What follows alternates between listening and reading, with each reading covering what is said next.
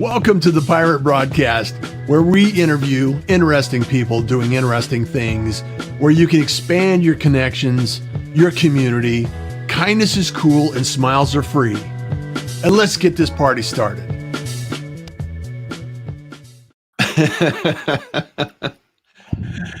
The two Russes. Russ, how are you Russ doing squared. this morning? I am fan-freaking-tastic. Oh, that is awesome. I am equally excited and enthusiastic about this conversation because we're going to be talking a little bit about outside the box thinking and also gratitude. You have the daily gratitude journal challenge happening. So we'll be talking a little bit about that. First of all, for those that do not know you, give us a little snapshot of who Russ is and why you happen to be here today. Well, that's a long story, and I'll do the Reader's Digest version for you here. Well, I finished my coffee. So I grew up in a pretty typical family, dysfunctional family, like most people do. Mom and dad hated each other, and it wasn't fun. And I was the oldest of three, so they had me. Then they had two more, but I just kind of was left to fend for myself. Mm. And so I lived my life pretty much the way I wanted it. I went out when I wanted to. I came back in. In fact, I had teenagers crave guidance, right? Yeah. And structure. The only rules I had were let us know where you are and keep your pants zipped. That's it. That's the only rules I had growing up. I also had a raging case of undiagnosed ADHD. And so the only thing that saved my life growing up was an above average intelligence and just the general innate desire to do good and to help other people. Yeah. If it hadn't been for that, I would have been a menace to society. No question in my mind. Yeah. So fast forward. Wrecking havoc in society, huh? Yes. Okay. So served a 2-year mission for my church, which I'm glad I did, but because of that, that lack of structure, it wasn't nearly as effective as it probably could have been. Yeah. I didn't have any work ethic. I didn't have any drive, and I messed around more than I should have. And so I didn't serve God's purpose the way I would like to have. And I say that not to, self-deprecate or to beat myself up, but it's just kind of an illustration of me then. Yeah. So got home, met my beautiful wife. We got married, and now we've been married for just over 28 years. Oh, wow. Congratulations. And so, thank you. And so it's been a major journey. Well, as you can imagine, having no structure and now living with somebody was really, really, really difficult. It was probably night and day in a lot of respects. Well, it was, but I didn't see it. I just continued to live my life the way I always did, doing pretty much what I wanted to do. Yeah. Not taking into consideration what she wanted or needed. I wanted children, right? And so we have 6 kids from 27. My oldest just got married in our backyard last week. I saw the pictures. Yeah, down to 11 years old. Congratulations. Thank you. She's very happy. She's got back from her honeymoon Sunday. So things were rough actually for the first 27 years. Up and down, up and down, up and down. And because I knew I had that desire to do good in my heart all the time. And so I thought I was looking out for the best interests of my family. Yeah. And so it took almost being divorced multiple times, separations, just going through all kinds of stuff. And then finally we got into some good marriage counseling, which was a catalyst, but it didn't actually do the trick. And so I went into, my wife calls it going down the rabbit hole or spiraling or whatever. But I was having another one of those situations to where I wasn't happy with anybody in my life. Everybody was out to get me. And So on the side, as a side hustle, I deal blackjack and poker for a casino company. We do the non-gambling games out here in Utah. And so I do that on the side, and it's pretty fun. It's the most fun you'll ever make as a side hustle. So I had a gig that night. And so my son was also going to counseling. And so we had the marriage counseling, and then I left right after that. When they were done, my wife and my son went to a restaurant to get dinner, and they started comparing notes, which they'd never done. And they came up with some really, really interesting things. Fascinating. So when I would go downhill, when I would go into my spiral, down the rabbit hole, whatever pun you want to use, yeah, it was always because I had some big epic thing that I was working on or trying to do. I mean, one of them was, I think the one at that time was, I found this house down in central Utah, and it was an old chapel. And I wanted to convert this into like some sort of music hall / place. And all of these things are good. And I had these big plans where I wanted to bring in some big names and do concerts and do a charity benefit. And when my family didn't get on board, I felt offended by it. Which sounds... You're going, come on, follow me. And everybody's going, what are you doing, Dad? Which, as I say it now, sounds completely absurd and silly. But every time they wouldn't get on board with my big grand ideas, I felt like they were holding me back. And so if your only wife and your son had a conversation that kind of pulled this thread of consistency together. Yes. Interesting. And so what was the outcome of that conversation when it came back to you? She thought I was going to be super mad when she told me what they had discovered. Yeah. But I can't tell you what a kick in the teeth it is to realize that after almost half a century of life, when you realize that the problems that you are facing in just about everything are 98% your fault. And I don't know that you're unique in that situation. I think a lot of people are the ones that generate their own challenges, because it all starts in our imagination and our perception of what is going on around us, right? And so from that, it sounds like you're in a pretty good place where you're actually developing things. You've got some good things happen in your life. Music is a thread that you've brought to the table on a regular basis. So, and it sounds like the family is coming together and things are doing well. Is that the case? Is there more work to be done? Oh, there's always more work to be done. It's never ending. And it takes a daily dose of, okay, every time I go into an action, I have to think, okay, is this going to lead me down the rabbit hole? Yeah. Is this something that is going to be good for me and my family? And family has to always come first, period. Yeah. I've made some choices that I have to live with the consequences of those. And because of those, there are certain things that my wife has a really hard time trusting. Yeah. Perfect example is I've been really active on LinkedIn for about 6 weeks now. And because of all the things that we just talked about, I'm not a classic narcissist, but I have a lot of the tendencies of narcissism. One of those is I am addicted to the accolades. I want those pats on the back and the attaboys, and they feel good because I never got that. And I think it stems from not getting that as a kid. Sure. Seeking the appreciation that you have not received in the past. Yeah. And so my wife, the LinkedIn thing has her a little bit concerned.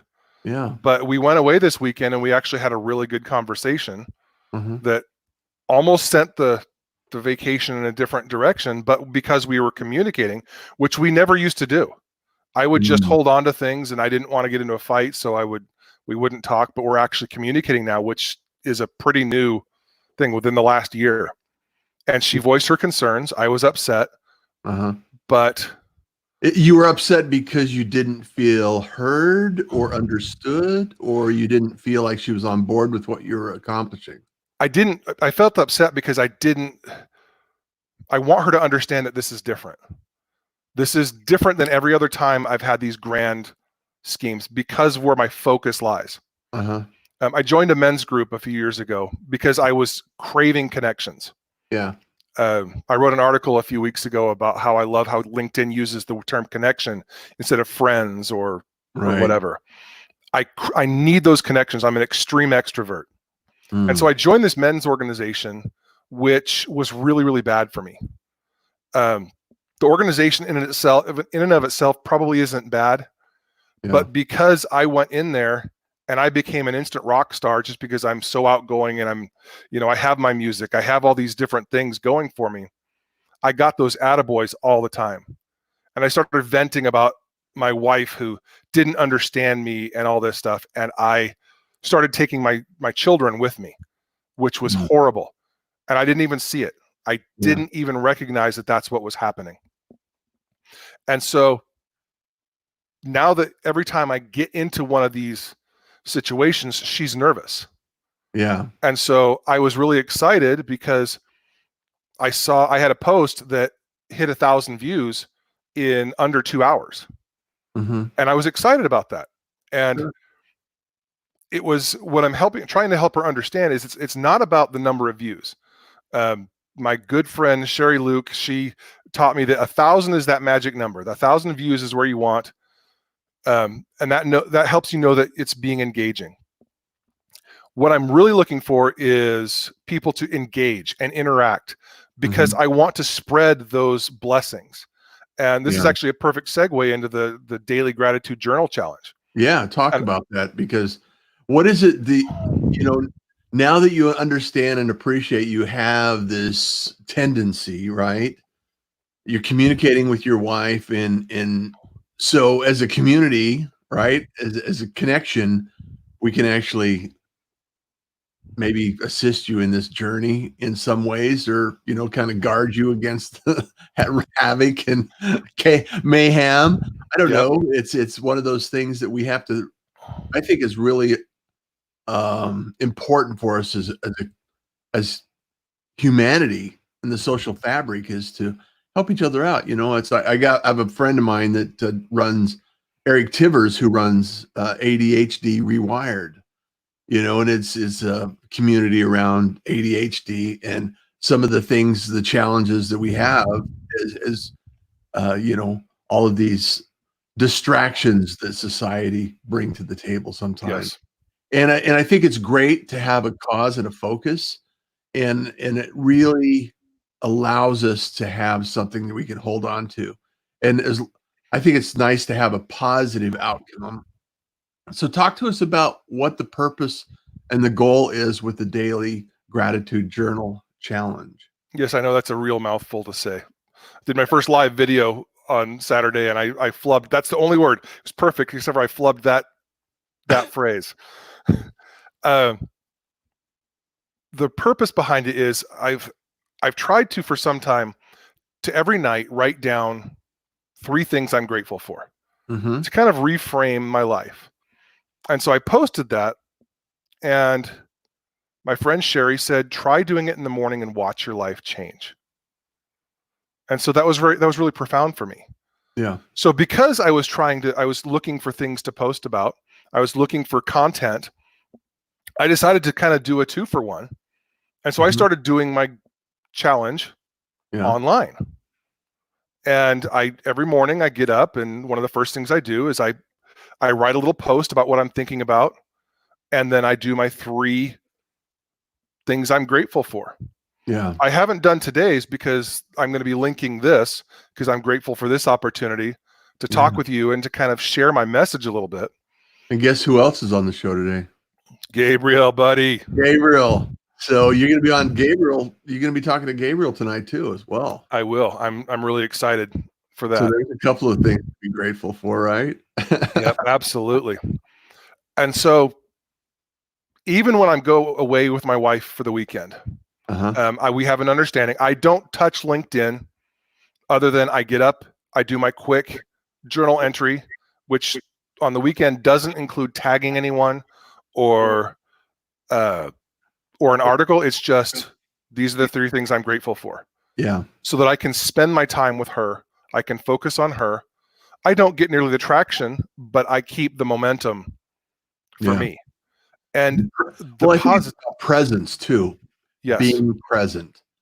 And I don't know, for myself, I've been doing this a while, so it's less, I don't get the numbers that I could if I were chasing numbers. However, I know that I'm continuing to put good stuff out there and highlighting people like yourself that are doing good things. So, and that's a great point. That's what I'm after. Thousands of views is fine, but I want people to engage. I want people to tell me what they're grateful for, because the more positivity that we put out there, the more we change the world. Yeah. So tell me what you're grateful for. Follow Daily Gratitude Journal Challenge. Post daily with me. I've had 2 people that have split off and started doing their own challenges, which makes me feel really good, because that's my goal. That's what I'm after. So I wake up every morning and I have an app installed in my computer. It's called Momentum Dash. I think it's Dash. Yeah, Momentum Dash. Anyway, it gives me a nice image, and it allows me to type in something that it's typically used for my checklist, my to-do list. Only I type in gratitude, and then I reflect on gratitude every morning. So that's every day it's a constant that. And I know that it's changed my life. I've been doing it for years, but it makes a difference. It does make a difference. And when you start thinking about what you have rather than what you desire, and you focus on the day and the moment and what you are appreciating then at that time, life shifts a lot. And I think, we're going through this whole pandemic thing and isolation, and, someone like yourself that's very outgoing and likes the connection in the conversation. It's more challenging to be able to isolate yourself and distance yourself from society and going out and doing other things. It's a challenge. And so hats off to the challenge that you're putting out there. And if you're not connected with Russ, go connect with Russ. Tell him Russ sent you. And start the challenge. Let's all have a little more gratitude. And so we'll have to go out there and do this. And so thank you so much, Russ, for starting the challenge, and let's get some people on board and help people out. Hopefully you'll talk about it with Gabriel tonight as well, and on his show. And so I want to talk a little bit about, before we, as we go through this process, I know one of the things that you've done is build Cigar Box Guitars. That is correct. And being in Utah, I've played in bands, and I've been a musician for years, and I played in Utah, and it's really fascinating to me, this cigar boxes. So I want to share that with the audience and get them involved in understanding what that is and what that actually means and what it looks like. So sure. Talk a little bit about that, Russ, and tell us a little bit about that. So the way this started was a few years ago. My wife wanted to do something different for Christmas, where it was less commercial. It wasn't about just collecting more junk. Mm-hmm. And so I'd always kind of had this idea. I wanted to build a cigar box guitar. Uh-huh. So I suggested it. I said, babe, why don't I build cigar box guitars for everybody, or for all the kids, and then we can play music together and we can make memories. Uh-huh. And she said, no, I don't think you'll have time. Well, I learned later that the translation for that in wife speak was, no, Russ, they're going to be dumb. That sounds like a dumb idea. Yes.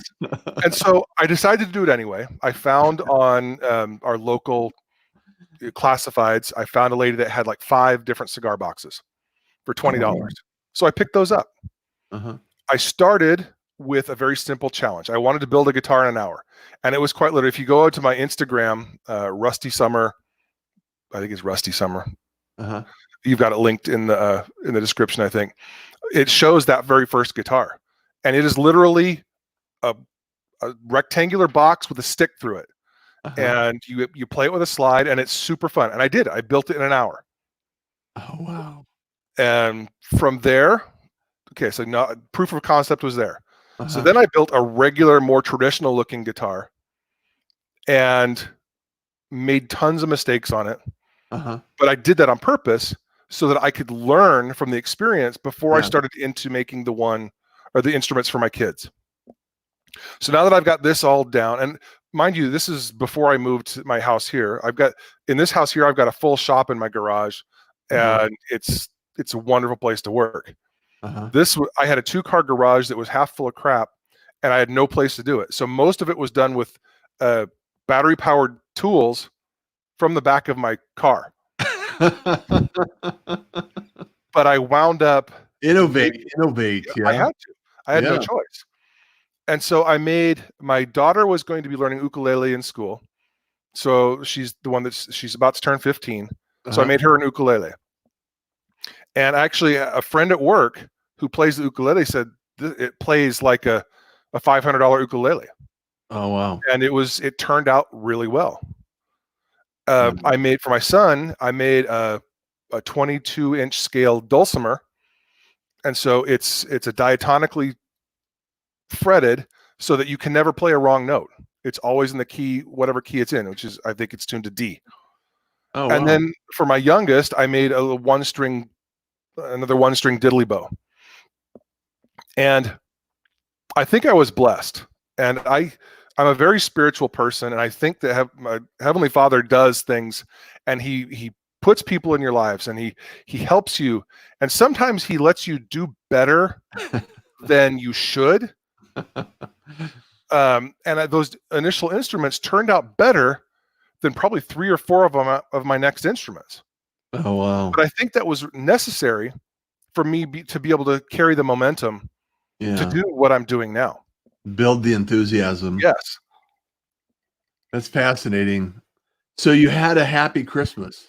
We had a happy Christmas, and we pulled the whole Christmas story where I couldn't hide it because, I didn't have any place to really do them. So they knew it was coming. Yeah. So I hid them out in the garage, and we finished Christmas, and everything's over, and they're a little bit deflated because they knew they were getting these. So we cleaned up all the wrapping paper and did all those things, and then I said, I think we got one more. So I went out and got them, and then my wife was actually blown away, and that's when she told me what the translation was right there, and she was really, really surprised, and I was surprised. I didn't know what I was going to be able to do. Yeah, but you've never done it before. It's one of those things that all of a sudden you're saying, I want to do this, and I'm going to do this, and that's the beauty of experimentation and being able to start, from scratch. And it's just like instruments. We practice these things, and get on video and start a journal and all of these things. Until we do it, it's hard until you start doing it, right? Yep. And so they've morphed. Yeah. And so I want to do a shout out to somebody you introduced me to, Chantel Sumas. I'm actually in the process of building 3 instruments for her. She's doing a fundraiser for the Leukemia Lymphoma Society. Yes. Yeah. Yeah. And so I'm under the gun now. I thought I had till middle or end of June, and I've got to ship these in a little over 2 weeks. Oh wow. And so I have a good friend. When I started building these, I would take them into work and show people. And this is before I realized my addiction to accolades. And I did it because I wanted all the attaboys, and people saying, "Oh, Russ, that's so cool," because I craved that. Well, one of my coworkers absolutely loved them, and he was a musician as well, and he was one of the engineers, and he was fighting a battle with lymphoma. And we don't have time for the whole story. I'll actually put that in a post. So everybody, if you want to hear the story, you got to follow me. Yeah, you got to come follow Russ. And anyway, his team, the condensed version, his team, they commissioned me to build an instrument for him. Oh, And nice. so I put so much love into that instrument, and it turned out gorgeous. Mm. And this was still pretty early in my guitar making life. And Uh-huh. so while it was beautiful, there are lots of things that I've learned since then that are going to make it beautiful. And so in a tribute to him, I'm recreating that guitar. I found the exact same cigar box. I'm recreating that guitar in honor of him for the Leukemia Lymphoma Society. Oh, wow. And so it's going to go for a silent auction for Chantel. The other Oh, one I'm doing is his and hers ukuleles that people can do. And so I've got these 3 instruments I've got to get built in the next 2 weeks. And that's actually another perfect segue into how this translates into blowing up the box and learning. So a traditional cigar box guitar, and I actually have show us one. I can show you this one. I'm going to show you. This is called, I call this a hick stick. Uh-huh. And I actually this is a design of my own, because I wanted something that was portable that I could take up into the mountains and travel. The whole thing comes apart, and you can actually put it on. Oh, wow. My favorite thing is to get like a FedEx box Uh-huh. and double side tape it, and it sounds like a full-size acoustic guitar. It's incredible. But if you can see this, most people make them with just 1x2 lumber. Uh-huh. Okay, and that's a traditional way to make them, and it works. Nice. Yeah. But the problem is, anybody who works with wood knows that wood bows, and it's very temperamental. And I got tired of, after a while, my guitars just flexing and doing weird stuff. So, being the blowing up the box thinker I am, I thought, how can I change this? How can I fix this problem? Yeah. And so I decided to do something different. And this is my latest guitar. And all these are on my Instagram, so you can check those out. Yeah. And it's beautiful. But if you look at that headstock. Yeah, that's a beautiful headstock. So notice the direction the wood's going. Yeah. That is 3 pieces of 1/2-inch poplar that have been laminated.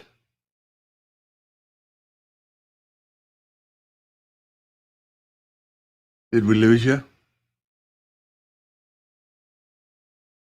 No.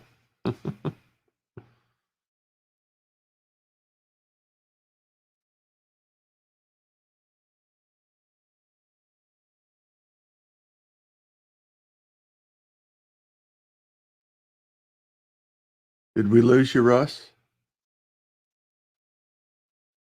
Still going.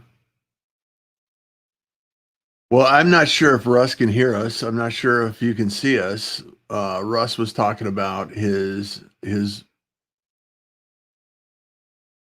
cigar box guitars.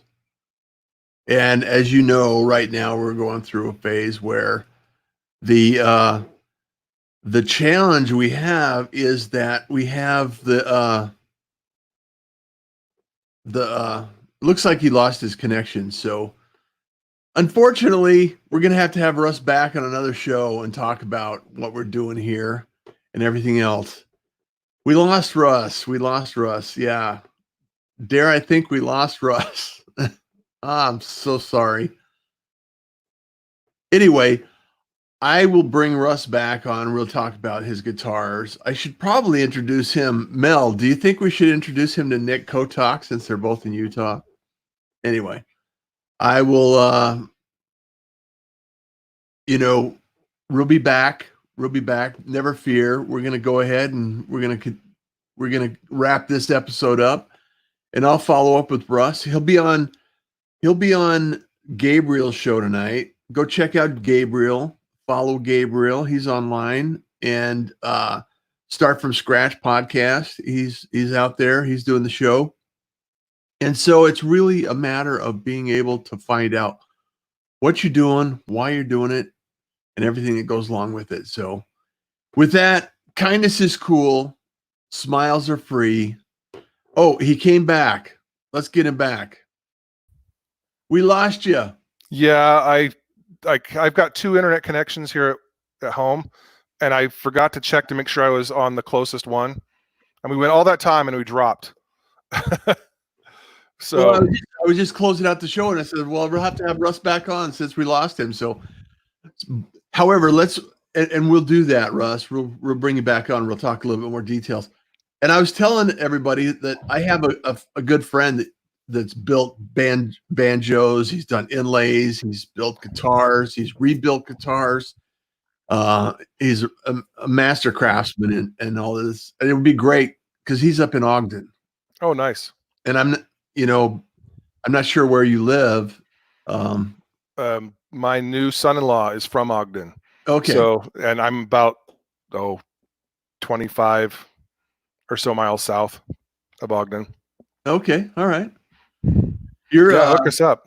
Yeah, I'll hook you up. Nick Kotok, he's an amazing individual that is just I think you'd get along and he would talk your ear off. So it'd be fun. He's not online. He doesn't get online. He doesn't do computers anymore, but a wonderful individual that I've had friends for years. So it'd be great.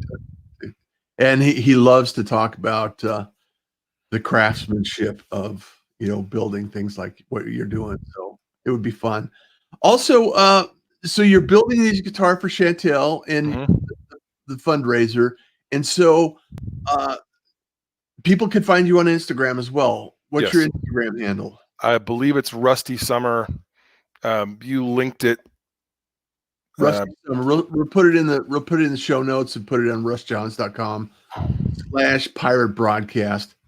And you can find the updates. And this episode will be there sometime later today. I'll share it with you, Russ, as well. And we can put that out there and everything else. So, and join Russ on his daily gratitude journal challenge. Let's have a little gratitude for what's going on. Anything that you want to share with the community before we sign off, Russ? Just thank you guys all for joining. Let's make the world a better place. Let's show empathy and compassion and love. This whole COVID-19 thing has been the reset that we've all needed. Those of us who have been kind of into ourselves have had an opportunity to maybe focus on others a little bit more and think about what it is that we have and we really have in life. Yeah. And I'll tell you what, toilet paper doesn't solve all the world's problems, but compassion and love and empathy do. Yes, absolutely. Absolutely. Are you connected with Jill Sullivan? I don't think so. I will be after today. She's up in Heber City. She's an awesome individual that does a lot of good. She's part of the Blue Angels, and she's really has a lot of I just have a lot of good things to say about Jill. So she's. Did you have her on the other day? Was she on your broadcast? She hasn't been on the show. I've invited her on the show, Jill. It just hasn't worked out for the timing. So she's a chef. She works and she helps people with their meals and their food and everything else that goes along with it. In fact, I've met a lot of great, amazing individuals through Jill, and so she's someone that you should meet as well. So lots of connections will get you connected. So yep. So let's do this. Let's do this again, and we'll do the show all about my guitars. All right, and then also, kindness is cool, smiles are free, and please, you enjoy the day. Take care, Russ. Take care. Thank you for joining the Pirate Broadcast. If you found this content valuable, please like, comment, and share it across your social media channels. I would love the opportunity to help others grow in their business. The Pirate Syndicate is a platform where you show up, we produce the show. It's that easy. If you want to be seen, be heard, and be talked about, join the Pirate Syndicate today.